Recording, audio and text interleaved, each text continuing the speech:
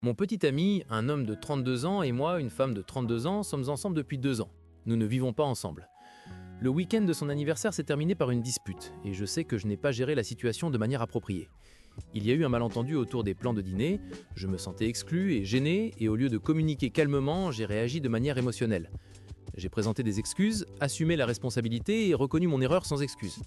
Il a refusé de me voir pendant tout le week-end et je n'ai pas pu passer son anniversaire avec lui. Il m'a dit qu'il allait sortir avec 2 amis et a fini par sortir avec plus de 20 personnes, des amis et leurs petites amies. Je n'ai pas été invité. Je me suis énervé et en colère. Il m'a dit qu'il n'avait jamais dit cela et que j'ai besoin de travailler sur mes compétences d'écoute. Il a dit que je gâchais délibérément son anniversaire par esprit de vengeance. Mais ce qui s'est passé depuis m'a laissé complètement dévastée et confuse. Il ne m'a pas simplement dit qu'il était blessé, il m'a dit que je ne mérite pas d'être pardonné, que j'ai de la chance si je devais jamais l'entendre à nouveau, et qu'il ne sait pas si il peut m'aimer après cela. Il est ensuite devenu silencieux. Il a mis son téléphone en mode ne pas déranger, a cessé de répondre et ne m'a donné aucun délai, aucune clarification, aucune limite, rien. Je ne sais même pas si nous sommes séparés. Je l'ai demandé et il a refusé de me répondre. Il a simplement dit qu'il avait besoin d'espace, mais n'a pas voulu me dire ce que cela signifiait, combien de temps cela durait ou où nous en étions. C'est comme être suspendu dans le vide en attendant d'être choisi ou rejeté. Je sais que j'ai fait une erreur en réagissant par douleur et insécurité, je n'en suis pas fier, mais je ne lui ai jamais dit qu'il ne méritait pas d'être pardonné. Je ne l'ai jamais puni avec le silence. J'ai réfléchi à chaque détail, repassé chaque moment, essayant de comprendre comment un conflit a pu se transformer en moi étant traité comme si j'étais fondamentalement indemne et que je pourrais ne jamais l'entendre à nouveau. Je ne sais pas comment donner un sens à l'intensité de la punition par rapport à l'erreur. Je veux assumer ma part sans disparaître dans la honte. Je veux apprendre de cela sans me sentir comme si mon existence nécessitait maintenant une pénitence. Je veux réparer, pas être impuissante. Et je ne sais pas ce que j'attends, si c'est une conversation ou la lente disparition d'une rupture qu'il ne veut pas dire à voix haute. Je suppose que ce que je demande, c'est à quel moment l'espace devient une rupture, comment réparer lorsque l'autre personne refuse de dire si la relation était même encore intacte, et y a-t-il une version de la responsabilité qui ne nécessite pas d'accepter d'être traité comme si j'étais jetable. Il y a 4 jours entiers qu'il ne m'a pas parlé, beaucoup de choses se sont passées depuis mon dernier message, et beaucoup d'entre vous ont demandé une mise à jour. J'ai fini par avoir de ces nouvelles, et honnêtement, cela a confirmé tout ce que j'avais besoin de cesser de retenir. Il a fini par me répondre, mais au lieu d'une véritable conversation, c'était juste de l'hostilité. Il m'a dit qu'il avait fait très clair que nous étions terminés, il ne l'avait pas fait, c'était vague, évitant et suivi de jours de silence.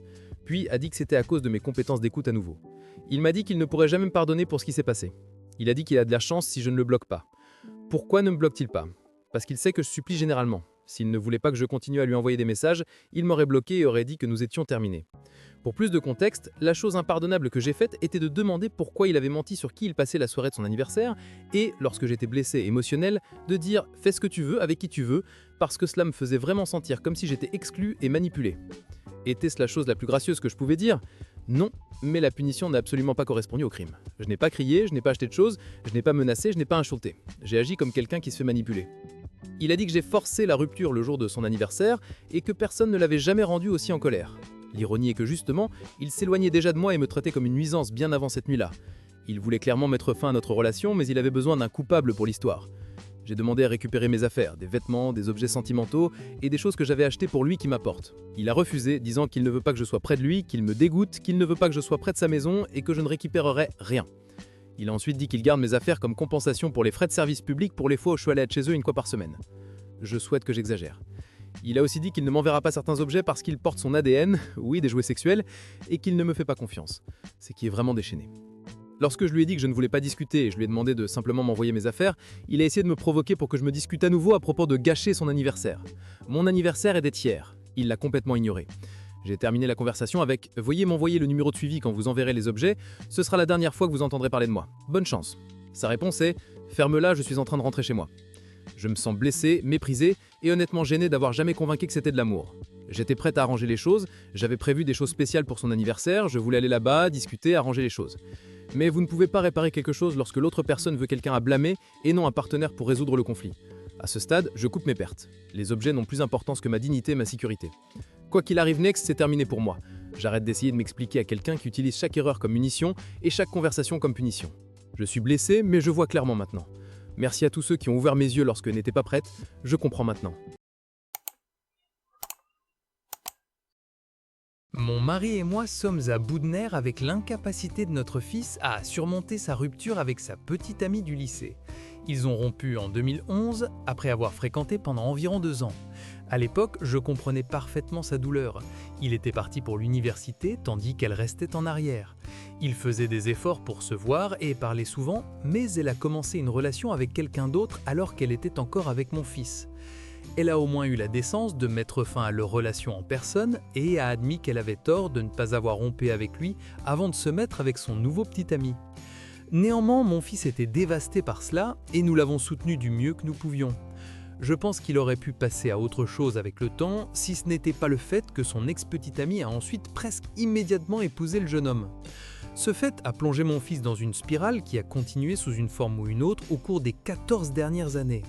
À l'époque, je pensais que le mariage avait peu de chances de durer longtemps et que lorsqu'il se terminerait, il se sentirait quelque peu justifié et lâcherait prise, mais notre fils vérifie fréquemment les réseaux sociaux de son ex et dit qu'ils sont toujours mariés et ont des enfants. Mon fils a eu quelques petites amies au cours des 14 dernières années, mais aucune n'a duré longtemps, et même pendant les périodes où il était en couple, il continue de parler de combien il a été blessé. Nous le voyons très souvent, et bien que son ex ne soit pas notre seul sujet de discussion, elle est mentionnée d'une manière ou d'une autre presque à chaque fois que nous le voyons. Nous en savons probablement plus sur sa vie maintenant que lorsqu'ils sortaient ensemble. Nous lui avons permis de se défouler, mais avons finalement fixé des limites concernant le langage abusif. En général, nous utilisons la tactique de hocher la tête et acquiescer, puis changer de sujet. C'est comme s'il ne pouvait pas résister à l'occasion de l'évoquer. Ce week-end dernier, les choses ont atteint un point critique lorsque notre fils a fait un commentaire désinvolté sur son ex. Mon mari a répondu en criant à notre fils de passer à autre chose, que nous en avions assez d'entendre parler d'une fille qu'il avait fréquentée il y a plus de 10 ans et qu'il devait arrêter de la mentionner en notre présence. J'ai demandé à mon mari d'aller dans une autre pièce pour souffler, et quand il l'a fait, j'ai suggéré à mon fils que s'il ne peut vraiment pas dépasser cela, que nous l'aidions à chercher une sorte de thérapie ou autre intervention. Il a répondu en partant immédiatement et n'a répondu à aucun de mes messages ou appels depuis. Je souhaite que mon mari n'ait pas crié, mais je suis tout à fait d'accord avec lui. Cela a duré trop longtemps et nous avons favorisé ce comportement. Je me demande même s'il continuerait de l'évoquer si nous avions mis le holà plus tôt. Chaque fois que nous contestions de quelque manière que ce soit ou remettions en question ce qu'il affirmait sur son ex ou leur relation, il devenait très bouleversé. Nous avons opté pour le laisser se défouler. Je ne pense pas qu'il ait fait plus que de la harceler sur les réseaux sociaux, mais je pense que cela est malsain depuis longtemps et pourrait nécessiter une intervention de quelque sorte. J'espère qu'il reviendra dans les prochains jours, mais je ne suis pas sûr de comment aborder le sujet à nouveau sans le bouleverser davantage. Je pensais que je devais faire une mise à jour pour ceux qui pourraient être curieux de savoir comment ma situation a été résolue. Beaucoup de commentaires m'ont conseillé de rompre, mais je ne pouvais pas juste faire ça. Je voulais au moins essayer de parler, en espérant stupidement que soudainement nous trouverions un terrain d'entente et que tout serait réglé. Quelques jours après la dispute, il m'a enfin appelé pour organiser une rencontre pour discuter de tout. Entre la dispute et la réunion prévue, j'ai cherché moi-même une solution. Sur les conseils ici et de mes amis dans la vraie vie, j'ai essayé de chercher du soutien extérieur et j'ai recherché des thérapeutes bien notés mais bon marché dans la région. Lorsque nous nous sommes enfin rencontrés, c'est lui qui voulait vraiment parler en premier. Il m'a dit qu'il appréciait que je lui ai donné quelques jours d'espace pour réfléchir à tout. Ensuite, il a dit qu'il déteste me faire ça, mais qu'il doit me donner un ultimatum. Si je veux rester avec lui, je dois trouver un emploi et couper le soutien financier de ma famille d'ici la fin du mois. Je pouvais voir qu'aucun « mais » au monde ne pourrait le faire changer d'avis. Je n'ai même pas eu la chance de mentionner l'aide que j'avais recherchée. Je l'en plutôt sur place pendant un instant. Ça peut paraître bête, mais je n'ai jamais vu l'amour disparaître aussi vite que ça l'a fait à ce moment-là. Je ne savais même pas que c'était possible. Ces mots ont brisé tout le charme qu'il avait et m'ont fait voir cet ultimatum pour ce qu'il était vraiment. Sa tentative de gérer ma vie pour correspondre à l'idée qu'il avait en tête. Tous les commentaires d'ici ont envahi mon esprit lorsque j'ai réalisé que vous aviez tous raison. Je m'excuse d'avoir douté de vous tous. J'ai rompu immédiatement. J'aimerais pouvoir dire que je lui ai dit quelque chose d'intelligent ou d'insolent, mais j'ai littéralement juste dit que j'en avais fini. Et je suis parti, pleurant tout le long du chemin jusqu'à la maison. Il m'a beaucoup appelé et envoyé des messages depuis, disant que peut-être que nous pouvons discuter des choses, que ça ne doit pas être un ultimatum, mais un objectif pour l'avenir, etc. Mais je ne pense pas qu'il y ait un moyen de réparer les choses. Je mentirais si je disais que je n'ai plus d'amour pour lui. C'était ma première relation sérieuse dont je pensais vraiment qu'elle pourrait durer. Mais maintenant, ça s'est transformé en ma première rupture sérieuse. Les choses sont un peu difficiles en ce moment alors que je pleure l'idée de mon premier amour. Mais je sais que je vais m'en remettre, tôt ou tard. Vos conseils dans le dernier post ont été assez utiles et m'ont donné beaucoup de choses à considérer. Alors, j'aimerais vous demander un dernier conseil. Si vous étiez moi, que diriez-vous aux amis mutuels dans une situation comme celle-ci ? On me demande déjà ce qui s'est exactement passé, mais je crains que si je leur dis la vérité, tout ce drame continuera ou les gens en parleront, et je ne serai pas capable de me reposer émotionnellement de cette situation. Je suis tenté de leur dire que c'était une rupture mutuelle ou quelque chose comme ça pour en finir avec tout ça, et laisser ça dans le passé. J'ai besoin d'un point de vue mature sur quelque chose qui s'est produit. Mon petit ami a toujours détesté les préservatifs. Nous n'avons jamais vraiment utilisé, sauf notre toute première fois ensemble, lorsqu'il en a porté un pendant environ 2 minutes, et nous avons tous les deux décidé de l'enlever. Depuis lors, nous avons toujours fait l'amour sans aucun. Hier, de nulle part, il a insisté pour porter un préservatif, et était très sérieux à ce sujet. Quand j'ai essayé de l'enlever, parce que nous préférons tous les deux sans, il a littéralement tenu ma main pour m'arrêter. Cela ne s'était jamais produit auparavant. Quand j'ai demandé pourquoi, il a dit qu'il ne voulait pas me mettre enceinte parce qu'il est sur le point de quitter la ville pour 6 mois pour un contrat à court terme. Cela m'a surpris parce qu'il connaît très bien mon cycle et je n'étais pas du tout fertile. Nous avons également eu des relations sexuelles au jour de fertilité maximale dans le passé, sans protection, et il a toujours parlé de vouloir un bébé un jour. Je lui ai dit que je voulais lui en donner un aussi. Pour le contexte, il a été marié pendant 15 ans et son ex-femme n'a jamais eu de peur de grossesse. Donc le voir soudainement devenir strict sur les préservatifs semble étrange et très soudain.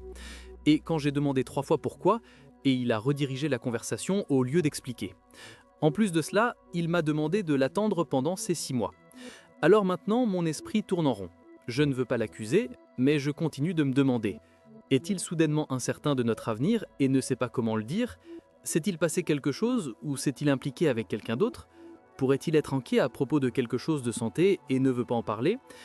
A-t-il changé d'avis à propos de vouloir un enfant avec moi ? Ce sont des questions inconfortables et je ne veux pas avoir l'air de ne pas lui faire confiance, mais ce fut un changement si brusque que je ne sais pas quoi penser. Je veux aborder ce sujet comme un adulte et communiquer clairement. Cela pourrait-il être un drapeau rouge ? Et comment puis-je aborder ce sujet de manière calme et non accusatoire tout en obtenant de la clarté ? Ou peut-être que je ne comprends pas sa vision. D'accord, j'ai besoin d'aide. Je poste anonymement pour des raisons qui seront évidentes. Ce poste peut être un peu déconseillé au travail. Mon mari, un homme de 35 ans, m'a confié, une femme de 35 ans, aujourd'hui que je ne me sens plus bien pendant les rapports sexuels. Au cours des 2 dernières années, nous avons eu des difficultés à maintenir son attention dès que nous commençons des rapports sexuels pénétrants. Et il a mis sur le compte de la fatigue, etc. pendant un certain temps. Mais avec le temps, j'ai remarqué un modèle. Il n'a aucun problème à le maintenir pour les préliminaires et autres choses, mais dès qu'il s'agit de rapports directs, il perd sa motivation. Alors je l'ai confronté et il a admis qu'il me trouve relâché. Je suis tellement mortifié, gêné, insulté et tant d'autres sentiments. Il a également dit qu'il n'est plus aussi attiré par moi qu'avant. Il a admis avoir eu des problèmes d'addiction au porno dans le passé. Nous nous sommes mis ensemble lorsque nous avions tous les deux 26 ans, donc bien sûr je ne ressemble plus à ce que j'étais. J'ai pris du poids, lui aussi. Je ne ressemble pas aux femmes des films porno. Que puis-je faire pour améliorer les choses ? Les exercices de Kegel peuvent-ils vraiment faire une telle différence ? Je veux prendre cela au sérieux et m'investir pour que mon mari soit attiré par moi. Je vais devoir trouver un moyen de surmonter la douleur de tout cela et la gêne, mais je veux aussi aborder le problème. En résumé, après près de 10 ans ensemble, mon mari dit qu'il me trouve relâché et moins attirant. Que puis-je faire pour être plus serré ? Les exercices de Kegel sont-ils vraiment si efficaces ou puis-je faire plus ? Salut tout le monde, merci à tous ceux qui ont lu et commenté mon post original concernant la réaction de ma famille à mes fiançailles. Cela fait maintenant plus de 3 mois que cela s'est produit. J'aimerais pouvoir dire que les choses se sont améliorées, mais malheureusement, elles se sont aggravées. Ma fiancée et moi avons continué à construire notre vie ensemble et à planifier notre mariage, mais ma mère et ma sœur n'ont eu aucun geste sain ou de soutien. Après des mois de silence, autres que des textos aléatoires n'abordant pas l'éléphant dans la pièce, et alors même que cela était plus récent, ma sœur m'a finalement contacté récemment. Elle voulait avoir une conversation avec juste son frère et n'envisageait pas de commencer une conversation avec ma fiancée incluse. Au lieu d'une responsabilité ou d'une véritable tentative de bien faire les choses, Elle a envoyé un texto plein de culpabilité, m'accusant de traiter ma famille comme si elle ne comptait pas, disant que j'étais contrôlé par des voix extérieures, et concluant par « Comment tu traites la seule famille qu'il te reste ?» Cette dernière phrase a été difficile. Notre oncle est décédé récemment, et j'ai eu l'impression qu'elle utilisait cette perte pour me blesser. Le message était manipulateur, et évitait toute responsabilité pour la manière dont ils ont réagi à mes fiançailles. J'ai réalisé que répondre ne ferait que m'entraîner à nouveau dans le même cycle qui existe depuis des années, où l'on attend de moi que je règle les choses alors qu'ils refusent de réfléchir à leur comportement. Alors, je n'ai pas répondu. Même lorsque des gens bien intentionnés, y compris la mère de ma fiancée, ont suggéré que j'essaie une conversation en tête-à-tête pour apaiser la tension, j'ai réalisé qu'en faire autant maintenant reviendrait à trahir mon respect de moi-même. Il n'y a eu aucune excuse, aucune prise en charge et aucune reconnaissance que le problème a commencé lorsqu'ils ont transformé mon annonce de fiançailles en quelque chose à leur sujet. À ce stade, je garde le silence jusqu'à ce qu'il y ait un véritable changement. Je ne ferme pas la porte pour toujours, mais je ne suis plus prêt à assumer la responsabilité émotionnelle pour des gens qui ne me rencontreront pas à mi-chemin. Des idées? Conseils?